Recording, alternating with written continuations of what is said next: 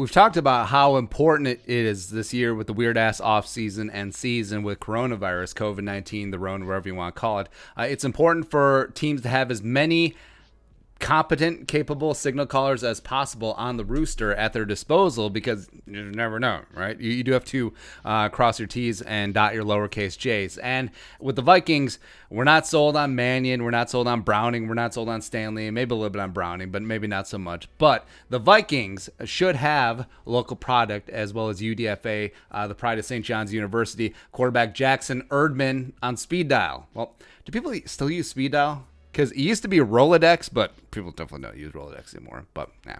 Again, the pride of St. John's University, former Ben Barch teammate. It's awesome. Rock star. So let's talk about him today. So we love hashtag one of us stories, and Jackson Erdmann is certainly one of those, as well as Jackson Erdmann sounds like the protagonist in like a Nicholas Sparks novel. So he's got that going on for him, which is nice. But he's 23 years old, 6'3", 206. The pride of Rosemount High School, Southeast Metro representing. His father is coach of the Irish down there in Rosemount. 2013 South Suburban Conference Offensive Player of the Year, rock star. Decided to take his talents to Penn State University as a preferred walk-on in 2015. Decided to transfer to D3 St. John's up in Collegeville, and the rest is history. He became one of the most prolific quarterbacks in Johnny's history. Put up a career 11,639 yards passing, 139 touchdowns, both school and MIAC conference records. So, boom. Also won the 2018 Gagliardi Trophy, named after legendary St. John's coach John Gagliardi. D3 Heisman Trophy equivalent. Then came back, ran it back 2019, threw for 5,040 yards, 54,000 yards would be a record in one season. Then also 47 touchdowns as well his senior season in Collegeville. Now, there was some hope that he'd be drafted, potentially a 6th or 7th round, especially from this draft, like we know. Like the back end of this draft, day 3, the quarterbacks,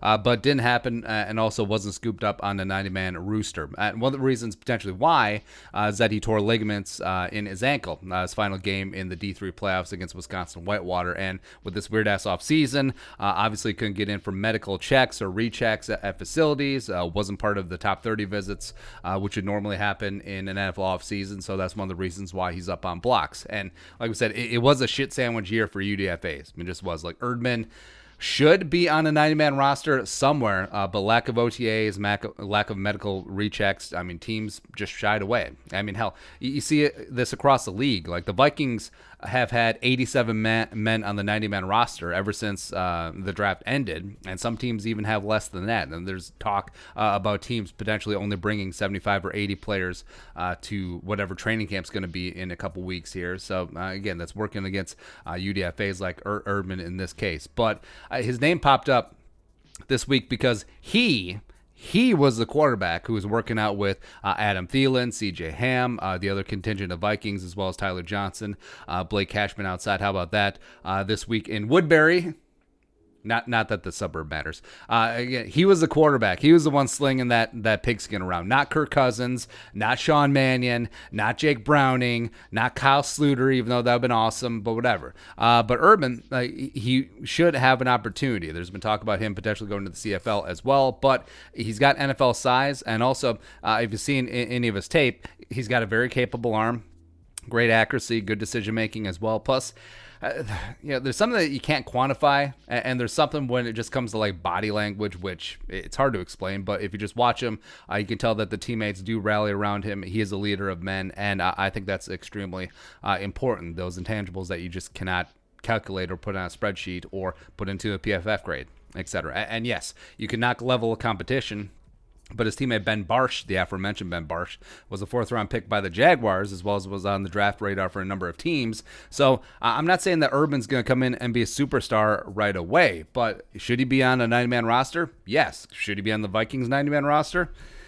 I would say yes, too, because there is no shame on carrying 4 quarterbacks on the 53-man roster this season and then also one on the practice squad. Having 5 or 6 quarterbacks in your sphere, I mean, there's nothing wrong with that. It may be the smart thing to do this year, just because of the weirdness, because of the Rona. And hell, Erdmann practice squad, maybe gets a real offseason next year, maybe gets in a training camp, a real training camp next year as well, maybe works his way out the depth chart, maybe all of a sudden he's quarterback 2, maybe quarterback 3, and then who the hell knows? But I think that the kid definitely deserves a shot, at least a tryout to see what he can do. So we'll see. We may find out. All right. But your thoughts, Jackson Erdmann, the pride of Rosemount and St. John's, should be given the time of day by the Minnesota Vikings. Let us know in the comment section below. Subscribe for daily Vikings takes. You want to support the work, pull us on the Venmo. Plus give us a follow on social media as well. But until next time, Skol, production value.